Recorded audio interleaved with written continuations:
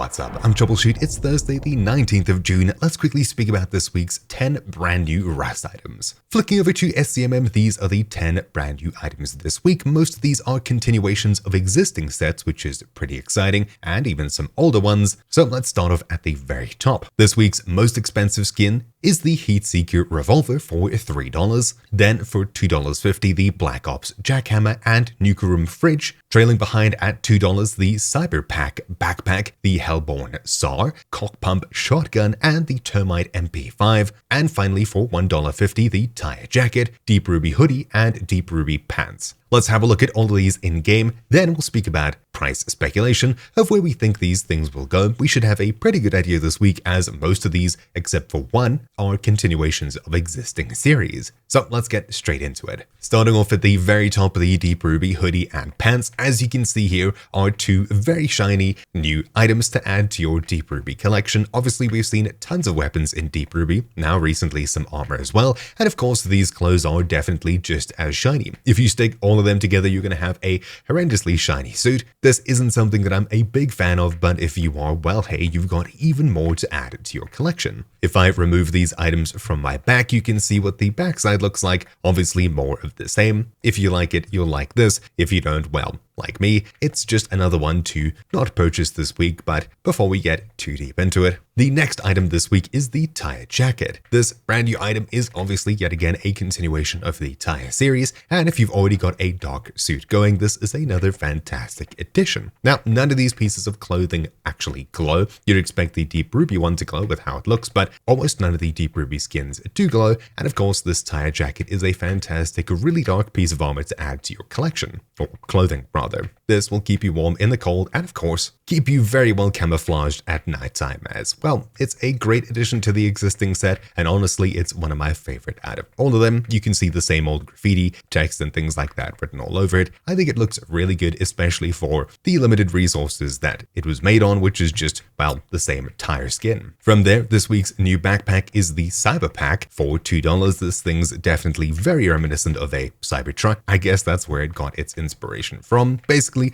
all of this hammered, polished metal. Well, I guess it's not too polished, it's more matte, I guess, not super shiny. I think it looks really sick for what it is. It's more of a really basic backpack skin, but it is definitely very clean. I love the sharp angles. This thing looks really cool and could have definitely been made out of scrap with lots of love and attention. If you like the Cybertruck aesthetic, then this is definitely going to be a cool thing to add to your collection. And of course, having a look at the front, you can see the backpack arms coming through here are made of this nice chain type metal. That looks really, really sick. These things are linked together. I like how this thing looks a lot. Obviously though, this is hit or miss depending on what you like. It's definitely much more plain than most of the backpacks we've seen. With attire out of the way, we've got nothing but weapons left to have a look at. Starting off at the very top, the Black Ops Jackhammer is, again, you'd expect to be a much darker skin, but it's the usual shiny material with this carbon type, or I guess carbon fiber type material in it. Moving a bit more into the sun, you can get a better look of what this thing looks like. It's one of the darkest Jackhammer skins we have this far, and the shiny metal really isn't all that shiny. You can see the words Ops written at the very bottom here, obviously indicating it's part of the Black Ops set, and just in case you forgot what you were holding, well, it says Jackhammer right here on the handle. Obviously, from the first person, this thing looks like a regular Jackhammer. It's just a really nice dark color. Personally, I really like how this thing looks. I guess you can add it to your camo / blackout collection, especially if you're going out and mining at nighttime. This is a great option to have. From there, moving on, the next item we have this week is the Heatseeker Revolver. Obviously, this thing's probably going to have quite a bit of it removed, as usual with the Heatseeker set, and we'll compare it to the vanilla Revolver in just a moment. But for now, you can see, well, most of this tiger or whatever creature it was supposed to be drawn across this, but unlike the rest of the items in this set, it's much more difficult to tell what exactly is hiding here. It looks much more distorted. I can barely make out an eye over here, and the rest of it is just, well, all over the place. Personally, it's one of the messiest skins that we've seen from this Heatseeker collection, but it does of course keep the same color theme going. It does look pretty cool. This side sort of about the same. I guess that's supposed to be a nose there. It's difficult to tell what it's supposed to be, but from an artsy/colory aesthetic, it does still look just as clean as the rest of the items in the set. Obviously, there's a much more limited space that the artist can work off of. Having a look from the first person, you can see what this revolver looks like, just as clean, very yellow at the backside, purple at the front and the bottom, and of course, scoping in, this is what we see. You can already see a few little bits of wire mesh left over from what was painted out, and of course, if we compare to the original revolver, this is what we're working with. So for the most part, these side pieces are painted off, leaving us with just the very front one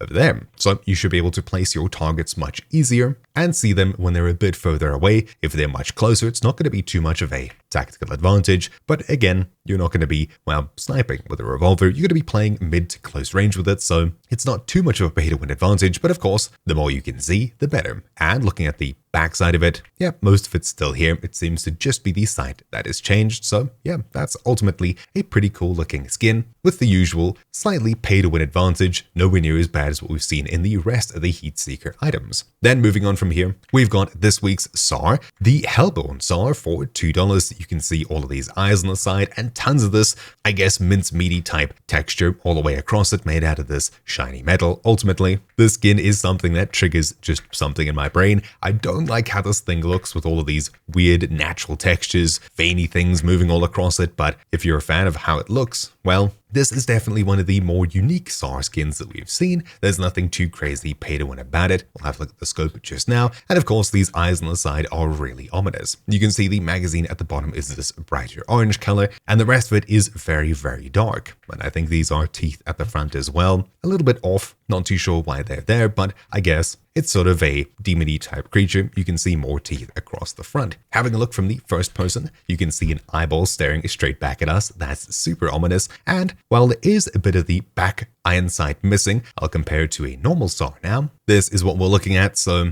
the centerpiece of this back iron sight has been painted out, so it's definitely somewhat of a pay-to-win skin. You're seeing more with a paid skin than the free skin, so that's interesting to see. Is it enough to justify the price? Well, compared to the Heatseeker SAR, I'm pretty sure the back iron sight was missing entirely, but looking beyond that, it's a bit less egregious for what it is. Ultimately, if you like how the skin looks, the pay-to-win advantage is definitely something. Oh, and not to mention the back grip, as you can see, is completely hollowed out. It's like this metal outline left behind. That looks pretty cool. Again, compared to the usual SAR here, I guess all of these wraps were taken off of it, the string and rope around it as well. Moving on from here, the next weapon we have this week is this MP5. The Termite MP5 for $2 is this over here. This is the only item this week that doesn't continue a set, so it's completely on its own for how it looks, and we may see more of these in the future if this does well.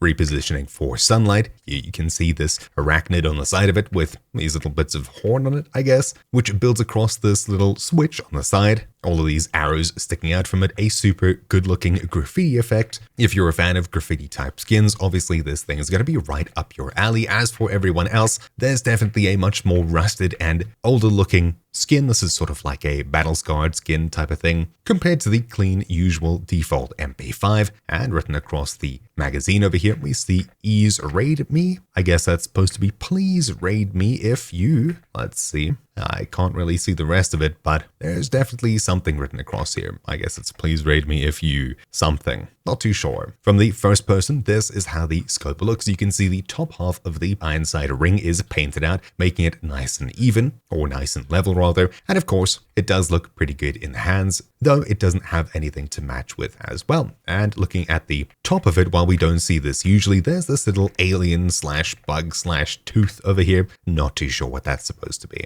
Yeah, a pretty cool looking graffiti type skin, but it's just yet another example of what we've seen recently. Pretty cool. Definitely do like it. Then moving on from here, the last weapon this week, the cock pump shotgun, is yet another addition in the series. Having a look from the third person, this thing looks super short and super angry. It's got the same rooster crowing at the backside of it, super angry looking, nice and red. This finishing stripe slash checkered pattern across the front, super obvious, red front iron sight, and on the back, I don't think there's anything there. We'll compare it with the default skin in just a moment. And of course, plastered across the side of it here. Pretty cool. Definitely a good continuation that's true to the series so far. Having a look from the first person, You can see this windcock at the back that looks back at us when we're using the weapon, as you can see, and of course, inspecting it here, you can see what it looks like. I do think that the actual model itself is modified from the original pump shotgun. Let's quickly compare it. No, it seems to be about the same size. I guess I'm just not used to seeing pump shotgun skins. And of course, if we have a look down the iron sights, you can see the front iron sight there, and with the default, it's the same. Okay, so no pay to win advantage here. It's just a nice red front iron sight that's super easy to spot and use. Yeah, ultimately a pretty solid, good-looking skin overall. The final item this week isn't a handheld or a wearable at all. Instead, it's a fridge skin for $2.50. The Nuke room fridge is this, well, I'd say pretty okay looking fridge. Danger and nuclear signs written all over it. Nice and red lights shining across it. We'll have a look at this in nighttime in just a second. Across the back, this sort of walled off texture. Not too sure what it's supposed to be emulating. I guess it's just some kind of nuclear threat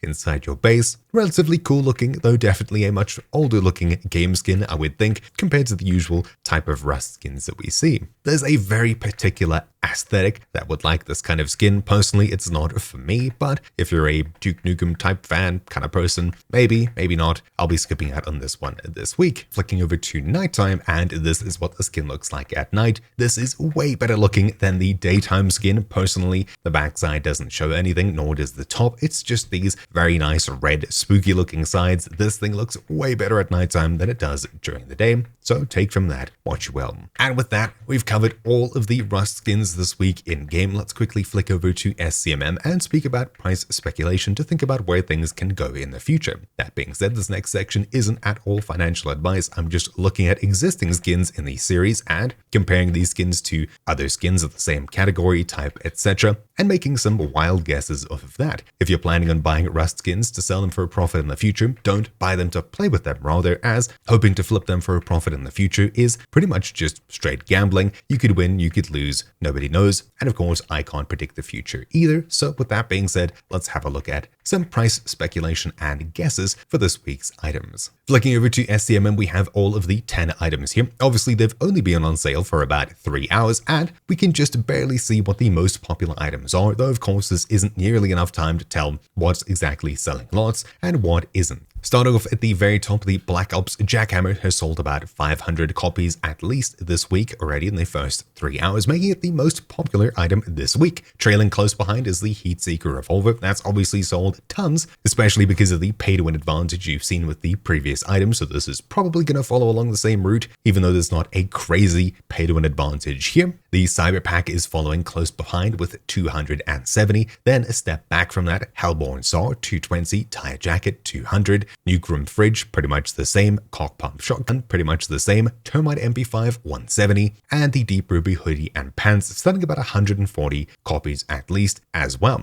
Let's break these down compared to different items in their sets. Starting off at the very top, the Black Ops Jackhammer is continuing the Black Ops series. Obviously, we've only seen weapons before, and only the Revolver seemed to do well price-wise compared to the rest of the skins. Obviously, this isn't particularly a weapon, it's more of a tool, so it's in a completely different category, but at least based off of how the skin looks, it's practically the same as the rest of these. It's just that the icon itself is a little bit darker this week. Besides that, it's practically the same textures and materials across all of it. As we've seen previously, I did really like the Black Ops rocket launcher that we had a couple of weeks ago with the nice red iron sight that you could see through partially. That didn't go too well, which I thought it might, being slightly pay to win. Guess technically, the Black Ops Jackhammer isn't at all similar to these, so we can only really compare it to similar Jackhammers, for which we only have 11 skins in total. Looking at the other Jackhammer skins, we only get about 3 a year since 2022, and quite a few of these have gone up in price. Doodle, Azul, Ghost, Cosmics, Toy Jackhammer, Jackhammer from Hell, and the most recent ones have mostly been Twitch drops. Based off of the median, it should see a price increase, being such a limited choice, and it is one of the most dark skins that we've seen, falling just shy of the Doodle Jackhammer here. That has a bunch of red on it. This should be a lot darker. Who knows what will come from that? Nighttime farming is a thing, but obviously a lot of people might not feel safe mining at night, especially with something that makes so much noise. Then diving straight back into the Heatseeker collection, most of these items here here have seen a price increase. Obviously, the earlier items selling a lot less, and people only noticing the pay-to-win advantage afterwards or liking the skin afterwards, and the most recent items have been selling way more copies than thought possible, so even with that, the prices have gone up quite a bit. I'd expect probably the same thing to happen here, unless it follows what happened to the Heatseeker MP5. Then the Cyberpack over here copies the rest of the Cyberpack armor sets with these nice angular bits of armor. We've got the metal armor here, road sign armor, clothes, and boots here. It's pretty much hit or miss. Some of these have kept their value, other ones have drastically lost, and other ones have lost quite a bit, and other ones have gone up ever so slightly. It's really hit or miss here comparing to other similar backpacks. We have a total of 27 backpacks, 24 of them are purchasable items. The darker skins here, like the Legacy Kevlar, maybe the Arctic, somewhat hard suit backpack is probably the most similar. Blackout backpack, yeah, there's not too much of a blackout advantage here. It's more the unique backpacks that seem to sell relatively well, like the colorful Sweetie Easter backpack, things like that. It's extremely difficult to sell, but I guess if we have to pick something, the most similar would likely be the hardsuit backpack here, although this one is just a little bit darker. It's got a similar metal aesthetic to it. From there, the Hellborn SAR is joining the existing Hellborn series, and everything here has lost quite a bit of its price except for the newest one. I don't know why there's 2 copies here, but obviously everything here has lost quite a bit of its value, so you're likely going to see the same thing here. We've already seen 2 weapons before it, so yeah, probably the same thing's going to happen. From there, the tire jacket, most of the items here have seen a pretty good improvement in price. The hoodie and pants stayed roughly about the same, and all of the add-ons like the armor, hide armor, and gloves did actually go up in price, so we'll probably see the same thing here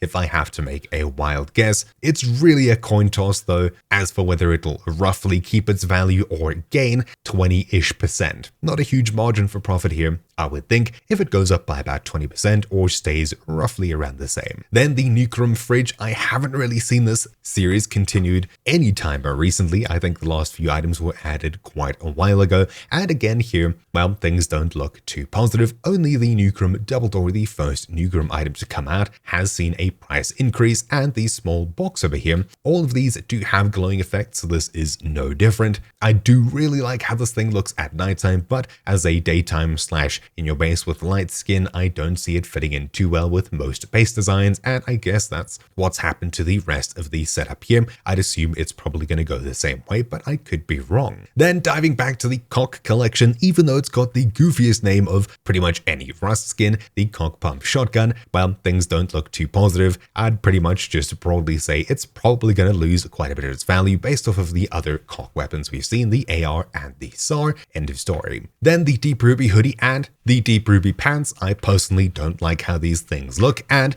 I guess a lot of other people seem to mirror my sentiment. They do sell quite a bit usually, but you're pretty much just buying this if you like how it looks. As for flipping it, hopefully to make your money back or a profit, well, it doesn't seem possible at all, except for the Deep Ruby sap and pickaxe. Everything else has lost quite a bit of value, especially the wearable armor that we saw last week. Are these bits of clothes going to be enough to break the pattern? I really don't think so. And with that, we've had a look at every brand new item this week. We've speculated about their prices, and that's pretty much that. Hopefully you found this video interesting. Thank you all for watching. Mine has been Troubleshoot, and I'll see you all again next week. Ciao.